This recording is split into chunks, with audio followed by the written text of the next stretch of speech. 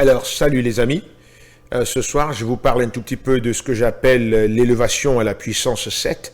Et alors, vous avez constaté dans la majorité de mes communications que j'ai tendance à parler de ce chiffre 7, peut-être parce que je suis le 7e fils de mes parents. Et alors, c'est pour la raison, je sais pas, c'est aussi parce que le chiffre 7, c'est un chiffre mystique, il est intéressant, et peut-être, voilà, pourquoi pas 7? Attends. Là, je vous parle aujourd'hui de ce que j'appelle l'élévation à la puissance 7. C'est quoi l'élévation à la puissance 7? C'est en fait ce que j'appelle un peu la formule indomptable et invincible de réalisation de quelques projets que ce soit dans la vie qu'on a. Quand on veut réaliser quelque chose d'important, il faut avoir, comme j'allais dire, un petit peu le blueprint, comme ça s'appelle, un peu, il faut déjà avoir un certain schéma de ce qu'on veut réaliser. Et là donc, je vous propose donc ces 7 points que j'appelle l'élévation à la puissance 7, parce qu'en fait, là, dans ces 7 points, c'est pas, ici là, on ne parle pas, comment dire ça, de disjonction de 7 points, on parle d'une conjonction de 7 points. Il faut le premier dé avec le deuxième dé, avec le troisième dé, avec le quatrième dé, le cinquième, le sixième et le septième. C'est une combinaison, c'est une intersection, j'allais dire, de ces 7 dés. Je vais vous dire un tout petit peu tout à l'heure, en fait, ce que sont que les 7 dés.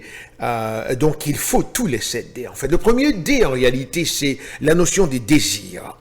C'est le désir.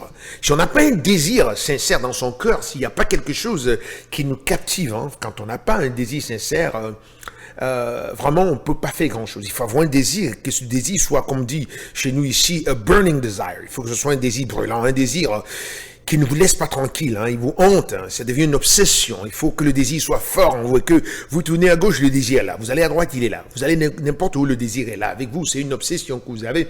Et là maintenant, je ne parle pas d'une obsession négative, écoutez-moi bien, moi je ne parle pas des choses négatives sur ce canal, je parle tout à fait des choses totalement positives. Ça veut dire que pour réaliser n'importe quoi dans la vie, il faut avoir un désir. C'est le désir. Le désir, alors, quand on voit désir, on voit là un tout petit peu la notion de trésor. Il y a quelque chose que vous avez identifié. C'est un trésor qui est important pour vous. Et donc, à cause de ce trésor, vous avez un ensemble de pensées, un ensemble d'idées. Voilà, j'ai le désir de réaliser telle chose. Le trésor, vous l'avez identifié. C'est ça le premier dé, il le faut. Et très souvent, le désir sera réalisé et sera d'autant plus beau qu'il est grand. Je suis en train de vous le dire. Il faut que votre désir soit grand. Pas grand au sens d'arrogant, pas au sens de selfish, je veux dire d'égoïste, mais grand au sens où le désir, quand il sera réalisé, ne sera pas que pour vous seul. Il va toucher d'autres vies. Donc c'est le genre de désir dont je parle. C'est des désirs nobles, c'est des désirs vertueux. Voilà, il faut la vertu. Moi, je ne parle pas des choses non vertueuses ici. Il faut un désir qui a avec lui une composante. Enfin, je dis, la fondation de votre désir doit être quelque chose de vertueux, quelque chose d'élévateur, quelque chose qui, je sais pas, qui soutient la matrice de la création, la matrice de la nature, qui est, comment dire, compatible avec la nature. C'est un désir que vous l'avez, mais il vous l'arrête pas, quoi. Par exemple, le désir d'inventer un nouveau médicament pour soigner une certaine maladie, afin que tous les gens que vous avez souffert ne souffrent plus. Ou alors le désir d'inventer une nouvelle voiture plus facile qui est capable d'éviter des accidents. Le désir, je sais pas moi, d'aller nourrir les gens pauvres dans les pays du monde qui n'ont pas beaucoup de nourriture et de trouver le moyen de les nourrir. Je parle de ce genre de désir-là. Enfin, je ne veux pas nécessairement dire au sens méga, mais il faut que votre désir soit touchant, qui touche beaucoup de personnes. C'est-à-dire que votre désir est grand dans ce sens-là, pas dans le sens de l'égoïsme, mais dans le sens, j'allais dire, un peu altruiste, qu'il va au-delà de votre nombrilisme, et qu'il atteint les autres. Et donc c'est ça. Et en général, ce genre de désir, il vient à travers des pensées qui vous hantent et qui ne vous laissent pas. Et vous savez, comme disait le célèbre, comment il s'appelle encore, Ralph Waldo Emerson, il dit, si vous plantez une idée, une pensée, en général, vous générez une action. Et si, c'est ça, quand vous avez une pensée qui est très longtemps, il faut que ça déclenche une action. Très souvent, ça déclenche une action, il faut que ça soit une action de bonne qualité. Et donc, c'est un peu ça, Et donc, quand vous déclenchez une action, vous allez certainement très souvent, commencez, si vous faites de l'action, très souvent, ça devient une habitude. Hein, et si vous, très souvent, répétez une certaine habitude, ça devient un caractère. Et finalement, si vous répétez quelque chose qui est dans votre caractère, finalement, il permet de connaître votre destinée. C'est un peu dans ce sens-là qu'il faut un désir. Hein, et donc, ce désir-là vous donne une vision. Parce que vous avez le trésor, vous savez où il est. Vous voulez aller vers ce trésor-là. C'est là où vient la vision. Quand mon désir sera réalisé, il aura cette forme-là. Je serai en train d'aider les gens en tant que médecin, ou en tant que professeur, en tant que pasteur ou prêtre, en tant qu'écrivain, en tant que psychologue. Et vous imaginez, c'est là la vision, la notion de visualisation. Et vous entrez même dans ce désir, vous le sentez là-dedans.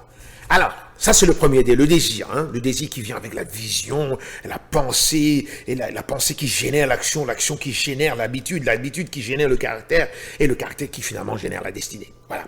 Donc très souvent, en tant que mathématicien, c'est très beau que vos actions, que vos désirs soient quand même aussi un peu mesurables.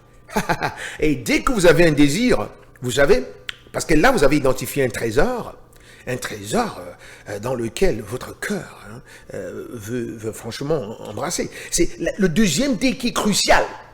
Il ne faut pas que votre désir reste tout simplement une idée comme ça, wish. Un wish, une pensée, je sais pas, comment on dit encore wish, je me souviens pas là, du coup là j'ai un blanc là, mais là finalement c'est quoi? Votre désir ne doit pas être juste un truc comme ça qui vient là, un truc passager, mais non, il faut qu'il y ait une dédication, il faut un investissement. Le deuxième D c'est dedication, dedication. Il faut investir votre temps, il faut investir votre talent, et il faut même investir votre trésor présent.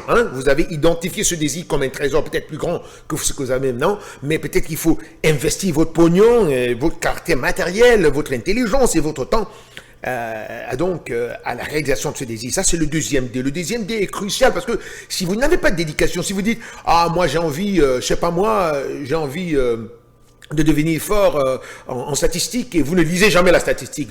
Vous n'avez jamais dédié un certain temps. Vous voulez finir votre doctorat ou votre master's ou votre thèse de master's et vous avez ce désir grand que votre thèse est un algorithme nouveau ou qu'il...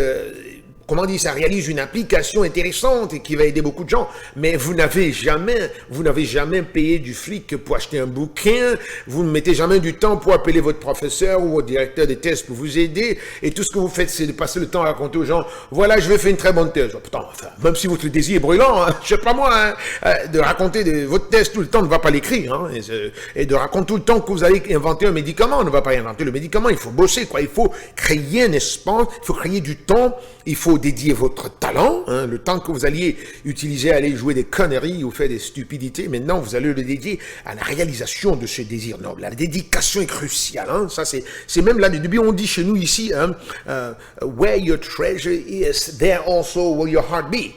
Là où se trouve votre trésor, c'est là où doit se trouver votre cœur. Vous devez donc investir. Là, il faut une certaine dédication, carve time, créer du temps dans lequel vous allez dédier, créer du fric et des moyens pour, je sais pas moi, trouver des gens, aller chercher, comment dire ça, calmer un tout petit peu votre orgueil, appeler des gens qui connaissent des choses dans votre domaine pour qu'ils vous aident. C'est ça. Ça c'est le deuxième dé. Il faut combiner le premier dé du désir avec la dédication. Là, c'est le début, ça, vous voyez une fondation solide, là, Quand vous avez ces deux-là, déjà, vous sentez même déjà que la fondation est très forte, là, Quand vous avez ce sens-là, parce que si votre désir reste là et vous ne faites jamais rien de ça, ça ne servira à rien. Donc, il faut déjà créer ce temps-là. Mais le troisième dé, je pense qu'il est un dé très, très important. C'est la discipline. C'est la discipline.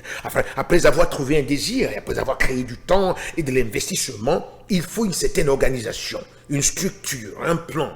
Il faut ça, il faut qu'il y ait une certaine structure parce que même si vous avez la dédication et que vous êtes désordonné et que vous n'avez pas un certain, un schéma dans le crâne selon lequel le désir va se réaliser, ça va être une catastrophe mais grave parce que finalement vous aurez ce truc intense mais tout le temps vous allez tourner en rond et jamais réaliser rien parce qu'il n'y a pas un ordre. Il faut un certain ordre, il faut cette discipline, c'est très important. C'est crucial, j'allais même dire. C'est quintessentiel là-dessus. Il faut un plan, il faut une structure. Et en général, dans ce troisième dé là, qui est combiné avec le premier et le troisième, je pense même que c'est là que vous commencez à identifier les bons mentors. Dans le cas des étudiants qui veulent étudier une thèse, un truc comme ça, quand vous avez identifié ceci, vous voulez faire une thèse et vous êtes prêt peut-être, je sais pas moi, à travailler part-time, ou alors, je sais pas moi, à quitter l'école et tout ça. Vous trouvez donc un mentor, vous allez passer du temps à chercher un bon directeur de thèse et vous entourer avec des gens vous entourez avec des gens, comment on dit ça, compétents, trouver de nouveaux amis. C'est ça votre discipline. Hein? Vous êtes en train de créer une structure, créer quand même un cadre idéal dans lequel votre désir va se réaliser. Et voilà, c'est ça la discipline, c'est un aspect fondamental. Mais alors, et vous le savez comme moi, que si vous n'avez pas un certain ordre, si vous allez zigzag, un pied qui roule n'amasse pas mousse. Hein? Si finalement vous êtes à gauche, à droite et vous n'avez pas de structure, vous allez perdre, hein? Vous allez passer votre temps à ne rien faire. Imaginez comme ça un avion qui se lève et qui décolle d'un aéroport, mais qui n'a pas un plan de vol. Hein. S'il n'y a pas un plan de vol, finalement, il va tourner, l'essence va finir, ils vont se cracher là dans un mauvais endroit et ce sera à la fin. Bon, c'est peut-être un exemple un peu macabre, mais bon, si vous n'avez pas un ordre, c'est pas bien.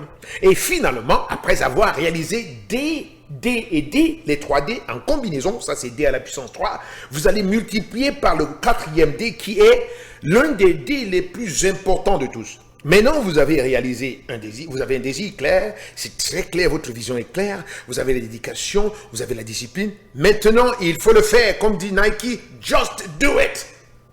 Ça s'appelle la diligence, do it. Le D pourrait s'appeler do, ou ça s'appelait diligence, mais je l'appelle la diligence, parce que dans la diligence, il y a le cas de se lever et de le faire. Action, action, action. Hein? Vous pouvez avoir tout organisé, avoir une équipe, mais si jamais vous n'allez voir l'équipe, si vous avez une équipe intéressante, un grand mentor, un grand plan, mais vous ne le mettez pas en exécution, ça sert à rien. C'est un peu comme la théorie sans pratique. Et comment on dit ça? Je dis, elle est nulle, hein, c'est à rien, quoi. Et bien entendu, il faut mettre en application. Il faut une évidence de ce que vous avez décrit, que les gens sachent que ce que vous avez décrit est bien, quoi. C'est très, très, très, très important l'action. Et c'est là où on voit votre caractère de ce que j'appelle le resourceful. Vous travaillez, vous allez là maintenant tous les jours, c'est un peu ce que j'appelle, comment on dit ça, la sagesse, hein, the wisdom of increment, the wisdom of iteration. C'est presque toutes les grandes choses dans la vie sont réalisées à travers cela. Se lever et le faire. Allez-y, action, action. Hein? Il faut tous les matins se lever, tous les matins se lever et tous les jours se lever et être autour de ça. Et dans ce caractère de la diligence, même il y a un peu la notion même de, comment on dit ça, s'entourer complètement des éléments de ce désir qu'on veut réaliser, de ce projet qui est extrêmement important pour nous. Et il faut s'entourer, par exemple, avec des posters, des rappels, ça et là. Et comment on dit ça? To be immersed. Hein? C'est-à-dire qu'il faut se mettre constamment dans les conditions et prendre des actions. Hein? Il faut aller. S'il faut aller voir le prof, il faut l'appeler. S'il faut installer un nouveau logiciel pour l'exploiter. S'il faut acheter un nouveau bouquin, il faut aller à un séminaire, il faut le faire. S'il faut s'inscrire dans une nouvelle société, comment on dit ça, scientifique, qui correspond au désir que vous avez, il faut le faire immédiatement. Il ne faut pas perdre le temps. Et donc, c'est ça que j'appelle l'action. Il faut agir, il faut faire des choses, il faut finir ce premier logiciel, il faut créer le draft, il faut faire la mouture, préparer des slides, compléter des trucs, aller au labo, faire des choses. Hein. C'est ça le truc, il faut la diligence, il faut le faire avec la diligence. Et le 5e D, oh là là, le 5e D, il est d'une puissance capitale. En fait, le 5e D, j'ai l'impression que finalement, très souvent, les gens ont bien de choses dans la vie. Mais comme disait le puissant Albert Einstein, excusez-moi de l'appeler puissant, enfin, il est puissant, quoi. Sans la persévérance, ça sert à rien. Le 5e D, donc, c'est détermination. La détermination, parce que même après le D1, D2, D3 et D4, je vais vous dire la vérité, il y a des moments où, dans votre action, les choses vont se casser la figure. Hein. Si vous avez un projet, comme disait le même Albert Einstein, si vous n'avez jamais échoué, ça veut dire que vous n'avez jamais essayé rien de conséquentiel.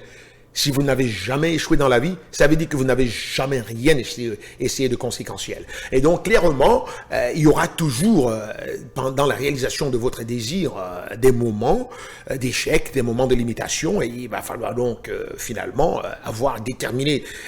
développer cette détermination-là, la persévérance, la persistance, l'abnégation, face à toutes les difficultés, et revenir, hein, c'est-à-dire que peut-être à travers la méditation et la concentration, et c'est clair. Et moi, je peux vous raconter une chose très vraie. Si votre désir est vraiment puissant, et que vous avez la dédication, et que vous avez la discipline et la diligence, c'est très difficile que la détermination devienne compliquée pour vous, parce que finalement, c'est vrai quand le projet est très gros, parfois on peut finalement, après avoir fait beaucoup d'itérations qui ne servent à rien, avoir l'impression que finalement ce truc ne marche pas. Peut-être que j'avais pris un trop gros morceau. Non, j'appelle ça ce qu'on appelle j'appelle ça la sagesse des petits incréments, the wisdom of little increments, the wisdom of iterations.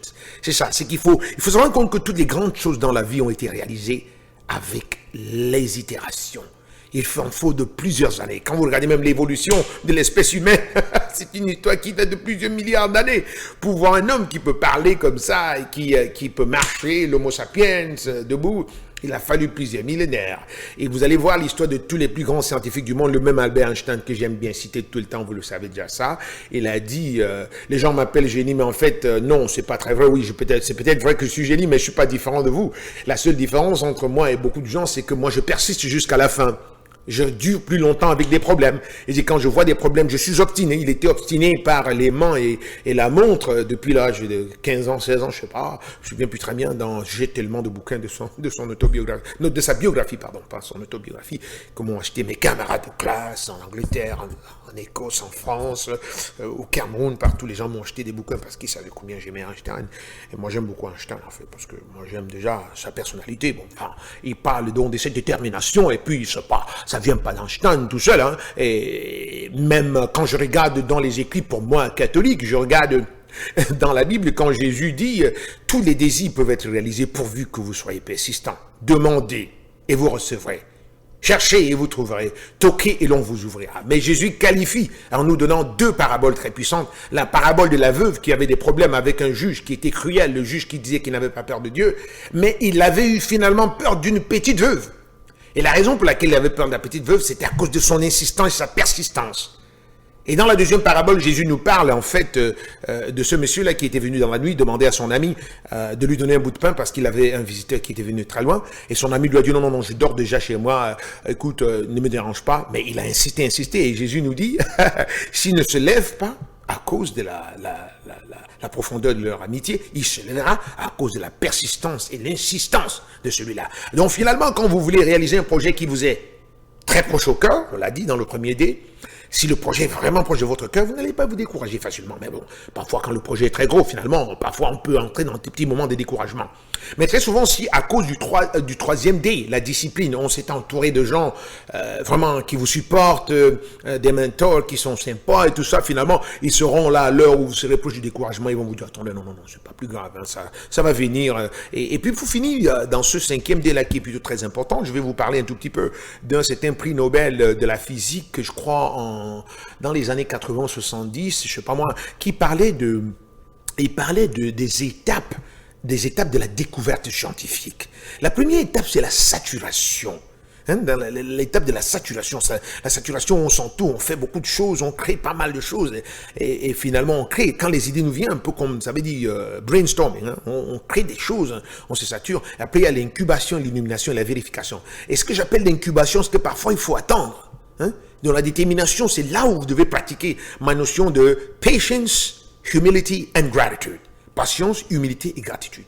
L'étape numéro 5 me paraît cruciale alors. Et finalement, l'étape numéro 6, c'est l'étape dans laquelle vous vous rendez compte que vous n'existez pas seul dans le monde. Si vous êtes un thésard ou si vous êtes un scientifique qui fait des choses intéressantes, vous allez utiliser le sixième D, la dissémination. Mais ce sixième D, en fait, cache beaucoup de choses. Ce sixième D est crucial. Ce sixième D est important pour moi, en tant que personne qui, franchement, accorde une importance capitale à l'altruisme et une importance capitale à la notion de communauté. Quand vous êtes au sixième D, vous devez disséminer. En fait, la notion de dissémination est en fait salutaire pour vous. Quand je vous ai parlé des 5 étapes de la maîtrise, 5 steps to mastery, the hierarchy of mastery, j'ai dit en fait dans cette communication-là que dans le hierarchy of mastery, la première étape c'est écouter, la deuxième c'est voir, la troisième c'est explorer, la quatrième c'est implémenter, la cinquième c'est enseigner, partager, communiquer cela aux autres. Donc si vous êtes thésard, si vous êtes scientifique et vous êtes en train de découvrir des choses, une meilleure façon d'accélérer la réalisation de votre désir, c'est de le communiquer aux autres, dans les conférences, dans les colloques, dans des communications téléphoniques, hein, même le parler à vos enfants, à votre copine ou copain, à votre femme ou votre conjoint, votre compagnon, compagnonne, et je sais pas moi, Sortez de votre cocon, sortez de votre cage et faites savoir. Hein. Le savoir-faire n'est rien sans le faire savoir. Me l'avait dit quelqu'un en France une fois, le savoir-faire n'est rien sans le faire savoir. Alors finalement, il faut que le monde sache que vous êtes en train de faire du bon gré dans ce que vous faites. Hein, c'est ça. Et si vous écoutez ça en tant qu'étudiant, vous allez voir que finalement, quand vous, et pas tous mes étudiants en recherche le savent, hein, je dis, vous allez présenter demain, vous allez présenter samedi, vous allez présenter vendredi, parce que je sais que dans cet acte de dissémination de vos connaissances, finalement, vous atteignez l'étape supérieure de la maîtrise, en fait. C'est l'étape la plus élevée quand vous commencez à enseigner ce que vous avez appris, ou même si c'est partiel, hein, le fait de le peu que vous avez appris, même si le peu, peut-être pas le peu, mais peut-être que vous apprenez beaucoup, mais le fait de le partager fait en sorte que vous le maîtrisez un peu plus. Alors, la dissémination est cruciale, mais je disais que dans cette dissémination, il y a deux dimensions. L'une des dimensions, c'est cette dimension de la hiérarchie, de la maîtrise, qui est enseigner, présenter, faire savoir aux autres ce que vous faites. Teaching, enseigner cela. Mais l'autre, c'est ce que j'appelle le partage, la dissémination comme partage. Parce que vous êtes membre d'une certaine communauté. Si vous devenez fort en statistiques ou en intelligence artificielle ou en mathématiques pures ou en mathématiques appliquées ou en biologie ou en n'importe quoi, si vous identifiez des gens à qui vous pouvez offrir cette connaissance, reaching out, aider les autres, partager. Cette dissémination, c'est dans le sens de partager. Partager ce que vous avez acquis. Si vous partagez ce que vous avez acquis, finalement, d'une façon mystérieuse, l'univers vous récompense. Même si le motif, même si la motivation de partager, ce n'est pas de recevoir en retour, mais c'est apparemment l'effet boomerang de l'univers veut que quand vous donnez aux autres, l'univers veut vous récompenser d'une façon miraculeuse et c'est comme ça que l'univers revient à vous et vous récompense. Donc la dissémination est cruciale dans un sens communautaire, mais aussi dans un sens de la maîtrise, finalement. La 7e étape, et nous serons finis, nous aurons, n'est-ce pas, atteint le 7e pouvoir. Finalement, le 7e dé, le détachement. Le détachement. Crucialement, en tant que croyant et en tant qu'aspirant spirituel qui pratique la méditation tous les jours et qui enseigne tout le temps aux gens comment réaliser leurs désirs, je me rends compte que quand on est en fervente prière, quand on est complètement engagé dans ce qu'on fait, tout ça, parfois on peut se perdre. On peut devenir tellement engagé qu'on tombe dans le piège de ce que j'appelle un exaggerated zooming in.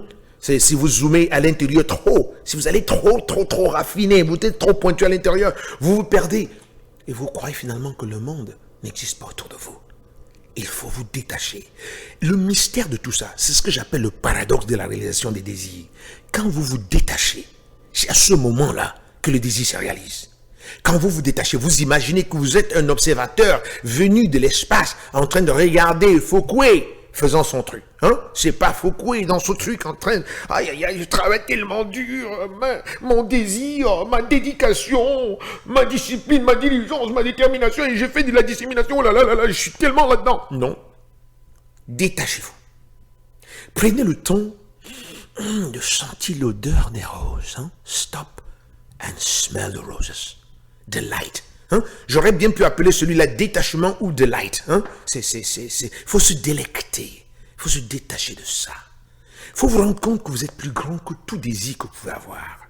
En réalité, en tant qu'image et ressemblance du créateur de l'univers, le désir que vous avez, il est déjà en vous. La réalisation est en vous. C'est même une illusion en réalité que vous croyez que le dehors va vous le donner. C'est pas le monde extérieur qui réalise vos désirs, mon frère, mon ami. En réalité, le désir en vous est né parce qu'en vous, il y a ce que j'appelle la résonance. En vous, il y a l'équivalent de ce désir.